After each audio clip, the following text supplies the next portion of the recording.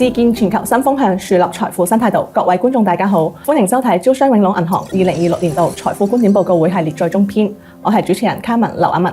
咁喺過去嘅5期節目當中，我哋同 Aris 一同穿梭咗全球市場，從宏觀趨勢到區域機遇，從資產類別到行業熱點，系統咁梳理咗2026年嘅財富配置脈絡。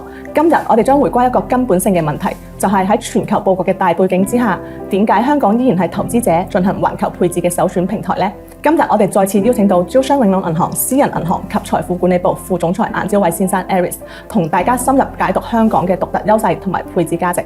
Aris， 歡迎你。好高興同各位一齊總結呢一個嘅系列，並聚焦香港呢一個我哋共同立足嘅金融樞紐。咁最近幾年咧，香港嘅財富管理行業發展得如火如荼。我哋見到好多內地背景嘅投資者都係紛紛嚟到香港，開始嘗試一個環球配置。咁我想幫我哋嘅投資者問一下，喺香港做環球配置嘅話，到底係有咩優勢呢？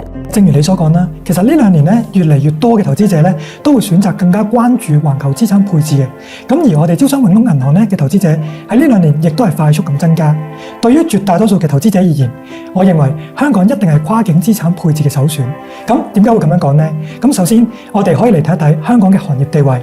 香港其實目前已經係亞洲第1嘅金融中心，環球第3，僅次於倫敦同埋紐約，差距亦都係非常之少嘅。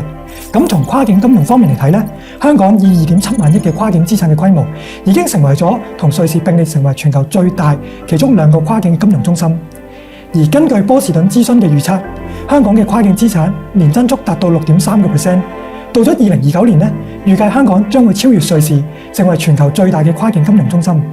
而香港嘅跨境資產咧，其實相當大嘅一部分係來源於內地。而根據對於中國高資產淨值人士嘅調研結果顯示，對於內地背景嘅投資者而言咧，香港毫無疑問係跨境配置嘅首選地。52% 嘅內地高淨值投資者會選擇喺香港做跨境嘅配置。講到環球資產嘅配置咧，其實前提嘅條件係要喺呢一個市場上面揾到足夠豐富嘅渠道同埋產品，自由咁樣配置到環球各類資產入邊。而香港正正就係咁樣一個豐富度足夠高嘅市場。而我哋亦都可以根據自己嘅需要，構建分散配置環球各個地區多個品種嘅資產組合，令到我哋嘅財富喺呢個多變嘅世界格局入邊平衡咁樣成長，東方不亮西方亮。而環球資產配置所需要嘅各個業務嘅品質，香港都有唔錯嘅實力。喺保險方面，香港嘅保險規模係屬於亞洲第1嘅。而股票方面，2025年前3個季度，港股嘅 IPO 亦都係全球第1。咁大宗商品方面咧，香港政府就正係加速建立一個國際黃金交易嘅市場。而穩定幣方面，香港亦都係快速出台一啲相關嘅法例，積極探索走喺世界嘅前面。信託同家辦方面咧，香港亦有超過2700間嘅家族辦公室。財富管理人才嘅沉澱亦都係唔可以少睇。金融行業一直係香港支柱嘅產業之一，而近2年香港幾家主要嘅私人銀行招聘嘅員工係超過400人，增幅係達到12%。喺香港嘅市場入邊，我哋招商永隆銀行係第1間真正企喺投資者嘅視角，幫助投資者實現全資產配置嘅銀行。我哋通過 Tree Model 將香港幾千款嘅金融產品簡單分為每個投資者都需要配置嘅活錢管理、保障管理、保守資產同埋進取投資4個場景入邊，結合埋每位投資者嘅風險取向同埋人生嘅週期，打造個性化嘅配置方案，幫助投資者落地環球資產配置嘅各種需求。有需求嘅投資者歡迎隨時嚟聯絡我哋。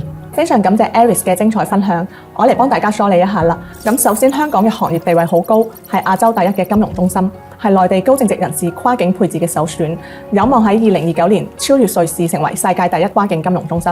其次，香港有非常豐富嘅渠道同埋產品，幫助客戶喺環球不同市場、不同品類間實現真正嘅分散配置。最後，如果大家有個性化嘅配置需求，我哋招商永隆銀行可以通過 Tree 模型幫助客戶定製個性化嘅配置方案。大家如果對2026年香港環球配置仲有疑問，或者想知道自己嘅資產應該點樣搭配，我哋招商永隆銀行嘅資產配置顧問會幫大家解答。感謝觀看本期內容，至此招商永隆銀行2026年度財富觀點報告會系列節目已經全部播送完畢。感謝大家嘅陪伴同埋關注，希望我哋共同喺變化嘅全球格局中智慧配置，穩健前行。招商永隆銀行 Tree 資產配置服務體系，專業守護財富。感謝收睇，拜拜。拜拜。